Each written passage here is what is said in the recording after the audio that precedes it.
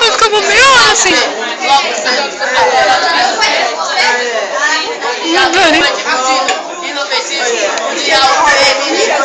Ai, entrei meu dedo na frente. Será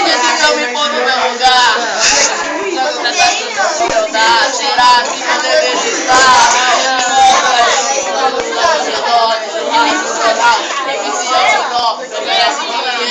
O Matheus tá chamando um cachorro assim.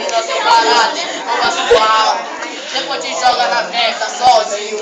Nós somos filhos de quatro, neguinho. Minha palavra alivia a sua dor. Louvado seja o meu Senhor. Eu não vi isso ainda. Aqui nenhum filho da puta que mora no Miradeiro. Assista capítulo 4, versículo 3. Todo mundo. Eles estão dirigindo com volantes que não tem.